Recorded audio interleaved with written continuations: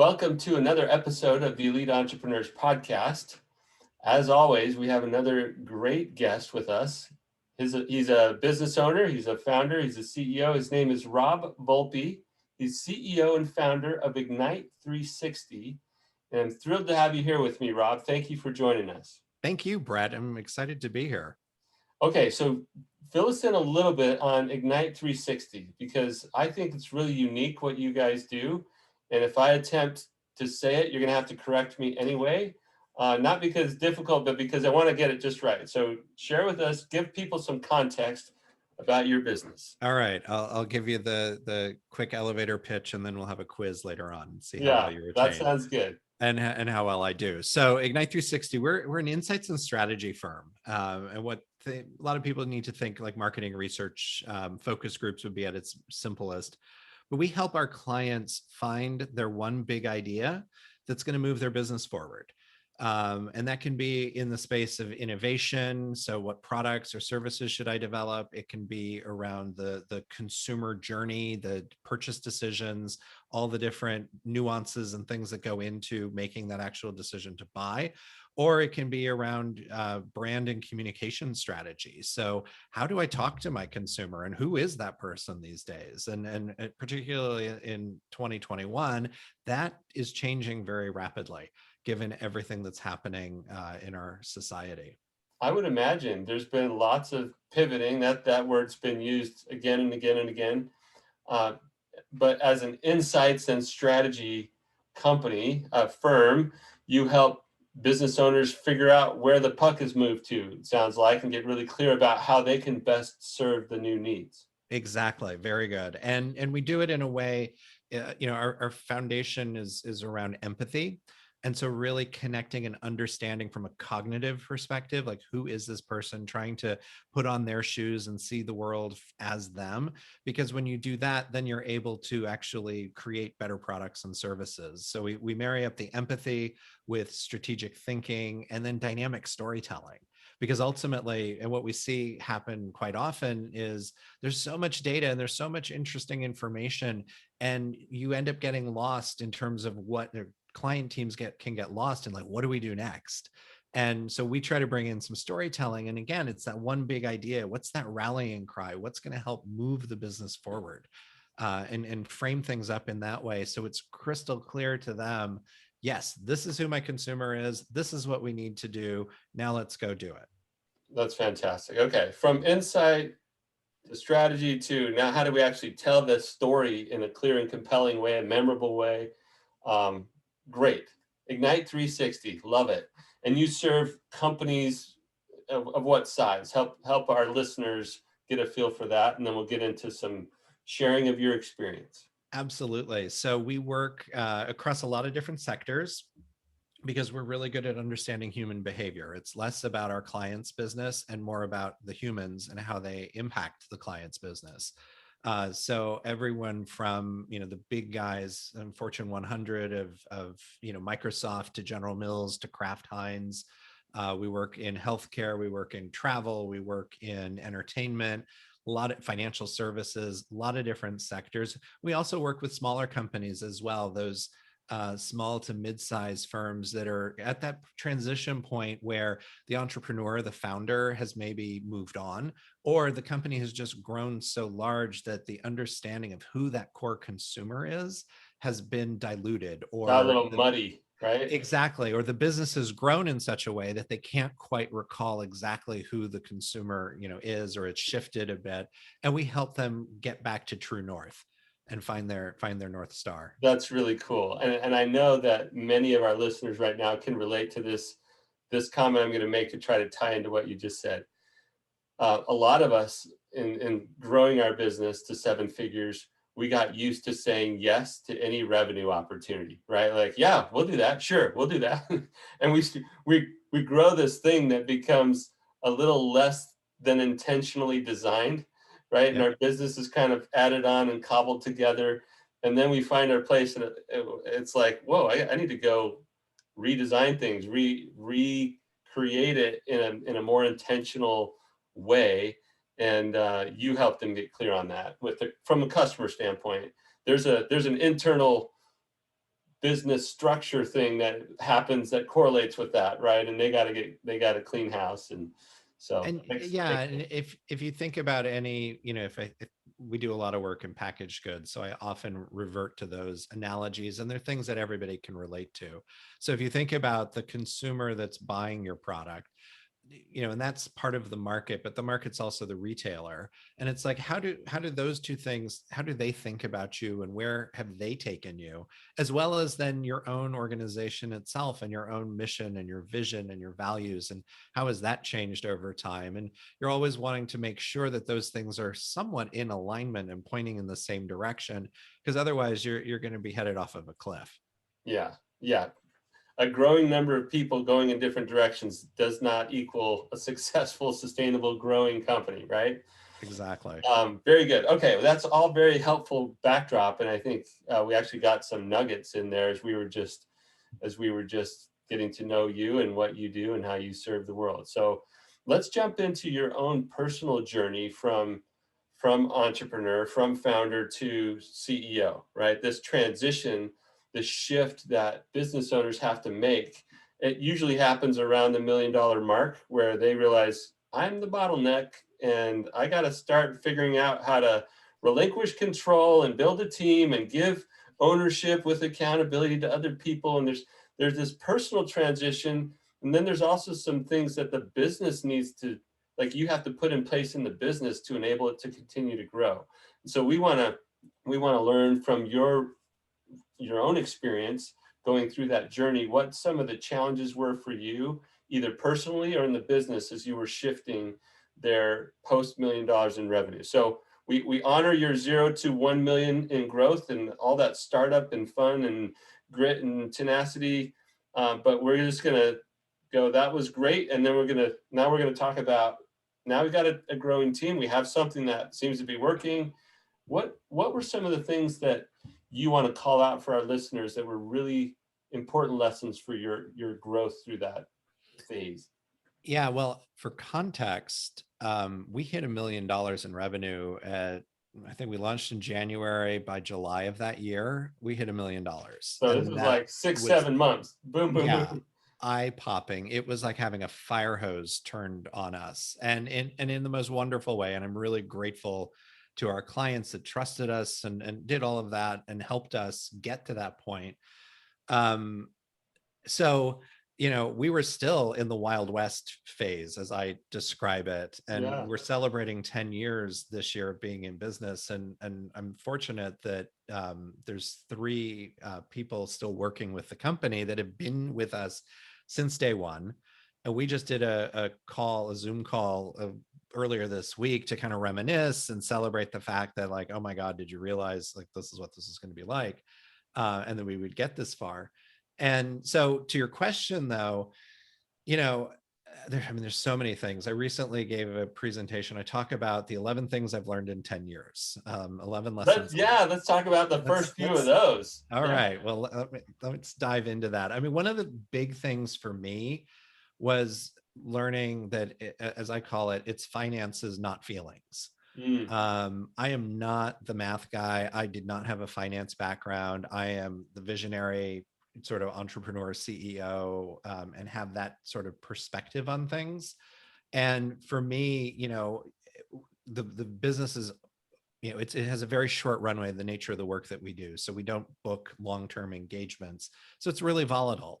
And I found myself getting emotionally, having emotional responses when I'd be looking at our P&L, and monthly, quarterly, yearly results. And I thought, this isn't healthy. And I can't imagine that this is what really should be happening. And it was driven out of my lack of education on the finances. So when we got somebody in position, probably in year 3, year 4, to be a CFO, a fractional CFO, and help with that, part of that has been help me understand the numbers and what all of this means and what a healthy balance sheet looks like, so that I start to manage my own reactions to things, and take more of a longer term view at the actual sort of situation. So that's one of the big lessons for me personally. And along with that, I believe in hiring for your weaknesses.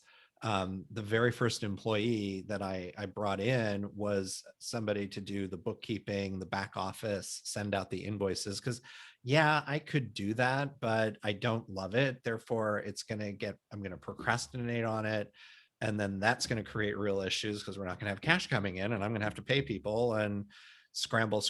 And, when you're working with big companies like this, you can't get them to turn around and write you a check in a day. They've got specific terms that they have to meet. So there was definitely that. I think the biggest thing for us was when I brought in a COO to help run the business and to be an operating COO, a functional COO. And her name's Lisa Osborne. She is still with the company. She's been with us now almost 8 years. And she just brings so much wisdom and systems and processes, and like it's stuff that she loves. It's stuff that I'm just kind of like, oh yeah, we'll get there, we'll figure it out. And she's like, no, there's a way to actually do this. And she's instilled a lot of that sort of discipline in the organization over the years. And so again, that's another sort of weakness of mine, and filling in that gap and bringing that in. So I think those are two of the biggest things that we learned.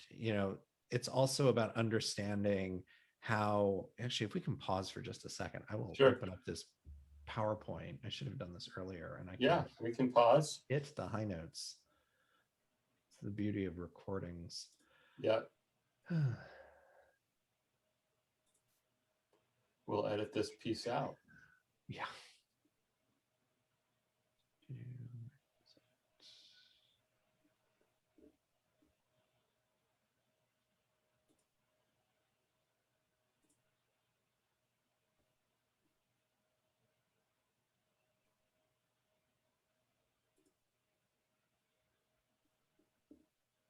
Okay, it's not in that folder, which means it is over here somewhere. Hindenburg. There we go.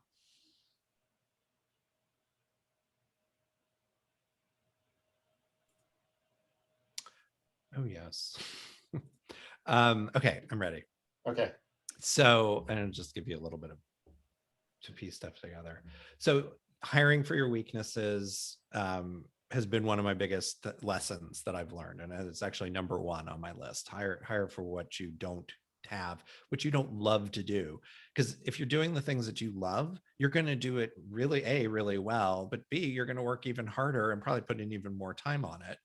And that's what it's all about, to help grow your business. So if Yeah, you've I got think people, we tend to drift towards the things we enjoy, and we usually have some natural ability or some developed ability around that, and makes perfect sense. And I was reflecting on what you said earlier about how quickly you guys grew to 1 million in revenue. There wasn't a lot of history of, because a lot of our listeners, maybe it took 3 or 4 years, maybe it took 8 or 10 years for them to get to that point, and they have these almost like a badge of honor around, I figured all this out and I learned to do all of it really well. And you didn't have to hang on to roles very much. You're just like, we're here, I need somebody now, and you you just kind of gave it to them. But you did it in a really smart way. So I like that you're talking about hiring people in areas of weakness or in areas where you just aren't adding as much value as you could be somewhere else. yeah, and there's so many opportunities now. Society has evolved to this place where do have the options to have fractional, CFOs, part-time CMOs, even Yep. marketers. Yeah. So you can piece together what you need without having to make that commitment of a full-time hire. You still have to do the due diligence, make sure you get on with that person and that they're competent and capable, but there's a lot of solutions that aren't necessarily going to break the bank, where I think 10, 20, 30 years ago we would have been like, oh god, we have to reach this much to afford X, Yes. and it just took so much longer to achieve that growth. I think that's a great point, and one that we don't often talk about on this podcast. So I just want to reemphasize this. There is exceptional, executive level or senior leadership level type of talent out there now that's available on a part-time basis. And the term that you used is the most popular one now, the fractional CFO or the fractional CMO. Or I mean, I've seen fractional chief revenue officers now, and marketing officers, and finance, like just about any leadership functional expertise that you might need, you can get it at a part-time kind of an arrangement, and that's great for businesses trying to grow. Exactly. And you let that be part of your rocket fuel to get through to the next level. And then when you get there, you can make a decision of what you need on a full-time basis, or just even buying more of that fractional person's time, Yeah. because it's often available. You had commented too about the, in the early days, you take on whatever comes your way and you're just, yeah, revenue. And I certainly did that as well. And I think generally with all of this, you have to be forgiving of yourself. Um, as entrepreneurs, I think there's so much pressure, and we think we're going to be the next, Elon Musk, Richard Branson, Mark Cuban, and maybe we will, and maybe we won't. And you have to kind of know what you want for yourself as well. But you also ultimately have to, I say, listen to your intuition. And I'm reminded of in those early days. So we hit $1 million. That's awesome. And the bookkeeper guy, he was like, "Hey, do you think we could hit 2 million by the end of the year?" And it's like, I don't know. It's July, so that's very possible. And he put a thermostat on the whiteboard that's Oh yeah, actually like a still on. thermometer. Yeah. And like, where are we? What's our progress of $2 million at the top? And that created some issues, because then we were starting to just take work on whether we could really handle it or not. And quality started to suffer. So, 3 months after we hit $1 million, I'm having conversations needing to apologize to a client, one in particular. And I remember, I'm a big believer in listening to your intuition. And I just remember this voice inside of me just saying, we've taken on too much. We're kind of out over our skis, so to speak. And that's creating these issues. So I need to be much more mindful of what the team can actually handle, what I can actually handle, and make sure that we're saying no when we need to, and do the work that we can handle, and the work that's right. Really important lesson. Okay, you said that hiring to your weakness was an important thing that you learned over those 10 years, and we may not get to all 11. That's okay. What's another key lesson that you learned in your growth, or in the company's growth? Well, back to that thermometer, I call this lesson, beware the unintended consequences of good intentions. Mm, I like the sound of that one. Yeah, let's talk about that. Yeah, like there was nothing malicious about it, but it's like I would come, the office is here in my house because we're a startup and I didn't want to spend money on San Francisco rent. So one of our rooms in our house is the office, and that's where the employee would come in. And so that's where this thermometer was. I was out on the road a lot because of the nature of the work. I was constantly traveling because you could before the pandemic. Right. And I'd come home and I'd see this, like, the progress on the thermometer. And you're like, oh God, we're close. Will we make it? It's like October, November. And it created all this added pressure. It was the unintended consequence. It encouraged me to take on things as clients were reaching out. Hey, can you do this? Can you do that? Yeah, because we had the good intention of, like, we wanted to hit $2 million in revenue, but to get there, what was that going to mean? And what were we going to sacrifice? And at the end of the day, who cares? It's like, it's this arbitrary number. We're a privately held company. I don't have investors. I'm not answering to Wall Street.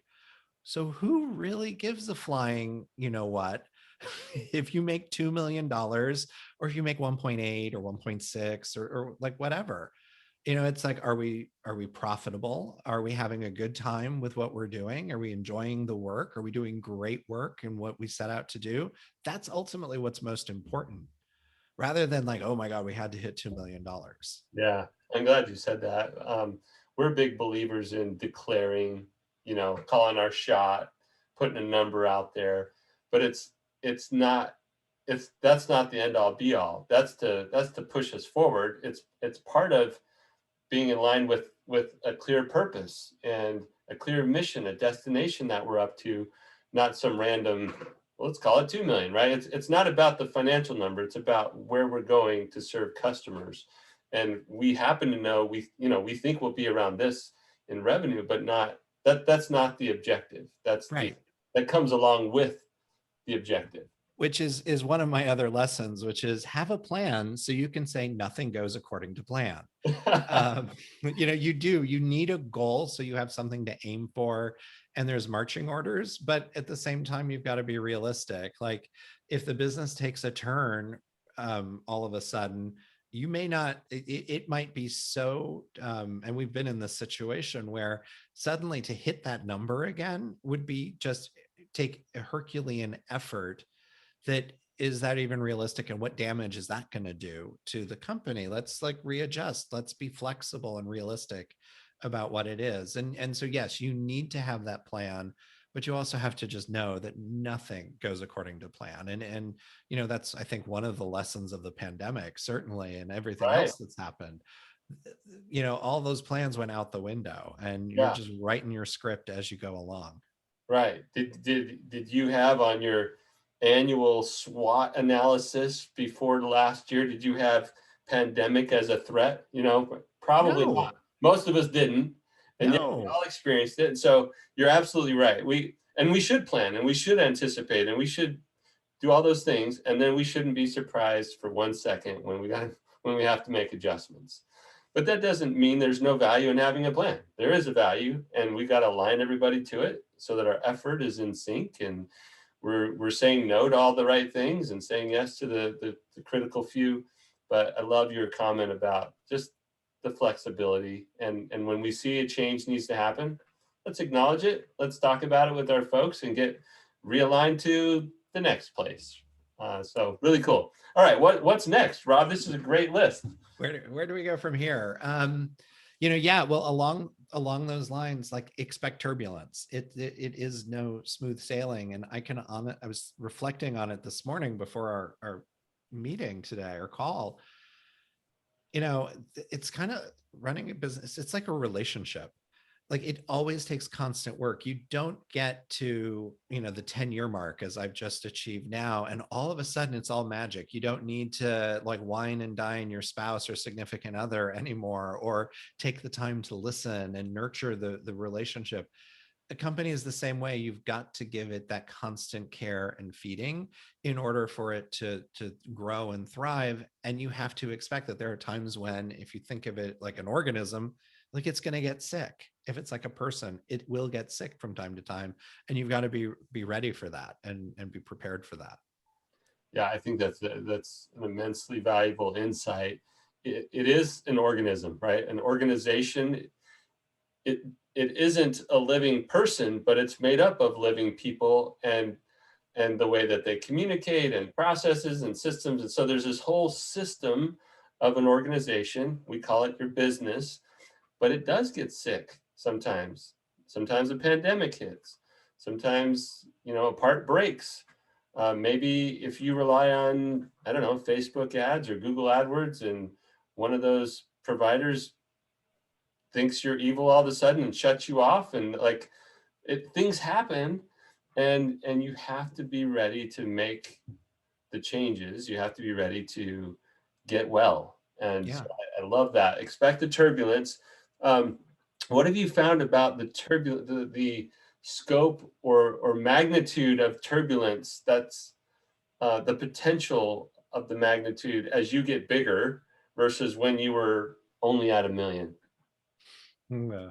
Well, you can burn through cash just as quickly, and sometimes at a larger scale when you're big, as when you're small. I think um, there's a little bit more cushion I've found, I think, but some of that I attribute to my own maturity. And again, it's finances, not feelings. Mhm. You also start to know, like, okay, these are the things I need to take action on. These are the levers to pull to increase business development and pitch more aggressively here.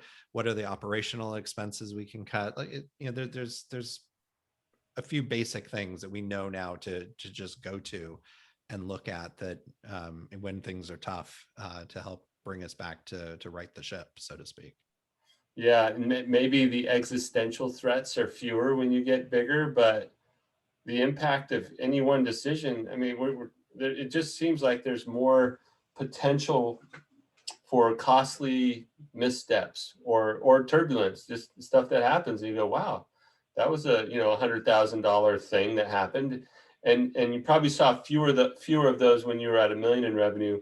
But so yeah, it's interesting to watch as businesses grow. It's like, yeah, we can absorb more, or we can deal with bigger things, but they are bigger things. And um, you know, that's hard to deal with. Okay, so what else? What else All right.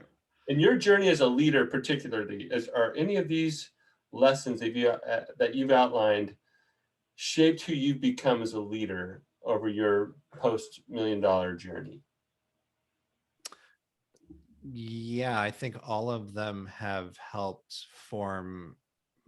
So I think some of the leadership traits I definitely had ahead of time, but they've made me a stronger leader over time, um, because I understand how to weather the ups and downs, the turbulence. Mm, I'm not the white knuckle flyer anymore. I know, like, okay, I get it. It's turbulence, it's wind or whatever, updraft, and it's creating bumps, and it will pass. This too will pass. We've gotten through this. We will get through it again. We know what this looks like. So I think that's certainly helped me. Um, I think the biggest thing that I've learned is how isolating it is at the top. And when you go from being, I think when you're the founder and the entrepreneur in the very beginning, it's not that everybody isn't all in it together, but when you become the CEO, people start to look at you differently, mm. and everything that you say means something, and they're reading into your inflection, they're reading into whatever look you have on your face, as well as the actual words that you say or that you write. And that can be very isolating, because you can't just go and shoot the shit with people, the way that you could maybe when you were the founder or the entrepreneur, because your role and your presence means something greater, or different, at least, than when you were at the beginning parts of the companies. Yeah, you're kind of moving from a place of, hey, I'm just one of the gang here, to now I'm in this role. And I think a lot of founder entrepreneurs sort of resist the idea, or just the connotation that comes with CEO. That feels corporate-y. I don't ever want to be that. And I don't think either one of us would advocate something that's like corporate-y, or something that's creating more division between you and the team. But there is a shift, if you want to keep growing, where you have to become an orchestrator of Mhm. effort, somebody who's beating the drum of vision, right? Like, you have to take on these roles that everybody else is relying on, and that feels different than when you were, just one of the team as a founder. Yeah, and I found too, it's not just about how the team looks at me. If I have the founder, I think on my business cards or on my signature on my email, I don't mention that I'm the founder of the company. And I didn't name the company, Rob Volpe 360. Right. I named it Ignite 360 for a reason, because I wanted to create something that was going to live beyond me. I didn't want it to have to be me all the time doing all the work or being out in the field. And we've gotten to that point where that's actually that it's been possible that way for years now. Yes, clients love it when I get engaged, but they know that I'm the CEO of the company. But when you have founder, it has a slightly different meaning to it. And, founder might be operating, still tinkering around in the day-to-day work, instead of, oh no, this is the leader of the organization. Yeah. And I believe that requires a lot of self-reflection on what you as a leader want, and you as the entrepreneur want out of your organization, and where all of this might be headed for yourself, and what your vision is. I think that's a really great distinction. Um, Thank you for sharing that. Okay, so I don't know where we are in the numbering. Probably doesn't matter. And again, we can't cover all of them. But as you consider our listeners are a bunch of business owners who are either just approaching that $1 million mark. Most of them are going to be in that 1 to 10 million range, and they're thinking about, how do I continue to build my business? What are some of the things that what's the thing that left that we haven't said that you would want to make sure to share with this group? Yeah. Probably one of the lessons around clients or whoever your buyer is, they don't think about you as much as you think about them. Mm-hmm. And that's been something, that's, yeah, I mean, it's, I guess, crushing to the ego that, wait, they're not contemplating how they could work with us every week or whatever. But the lesson to that is we have to be marketing and making sure that we're top of mind to them, so that when they do have a need, they pick up the phone, they know who to call. And whatever type of business you've got, like, you've got to do everything that you can to stay top of mind with your consumer, your client, your customer, and do it though in a respectful way.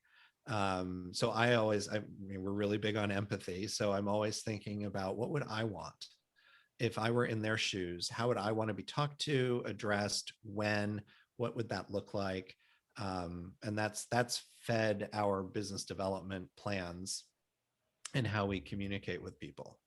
Yeah, that's really great. If you don't mind, I'll add on everything you just said about being top of mind for your customers or your clients, the buyer. There's a similar need that we have as business owners to be top of mind for our people, and I don't mean us personally, but for that purpose and those values. Like, we just have to keep putting that in front of the team. So there's a very similar need internally to what you were describing externally, and I just wanted to call it out for everybody to think about. Am I doing enough to stay in front of the right people with the right message, whether that's internal or external? Absolutely. Yeah. Absolutely. Well, Rob, this has been a fantastic conversation. Our listeners got a lot of your 11 lessons, many of them anyway, and they got a lot of valuable things from your experience. So I thank you for sharing that. If people want to connect with you personally via social or learn more about Ignite 360, what are the best ways to connect with you and your team? Absolutely. So for me personally, please find me on LinkedIn, Rob Volpe, Ignite 360. If you search Rob Volpe and empathy activist, I will come up. You can also find the company at ignite-360.com. That's our website, and there's tons of information there. You can also email us at hello@ignite-360.com. Wonderful. And anybody who needs insight and strategy, I think Ignite 360 is a wonderful option for you. Clearly, Rob knows what he's doing. In his own business, he was able to grow so quickly because he knows how to connect with empathy with the customer in a way that works. And so if you're struggling with that, I highly recommend you check out ignite360.com and connect with Rob and team. So thank you again, Rob, for being here with us and being such a wonderful guest. I hope that you enjoyed your time, and we sure appreciated your lessons. This was awesome, Brett. Thank you so much. Really enjoyed it. All right. So for all of you listeners, make sure that you share this episode and any of the other ones that you enjoy with your other business owner friends. We are firmly and completely dedicated to helping seven-figure business owners with these growth lessons and growth challenges that you're all facing, and we want to help as many as possible. So please like, review, share, do all those things, spread the word, and be with us again next time. Thank you.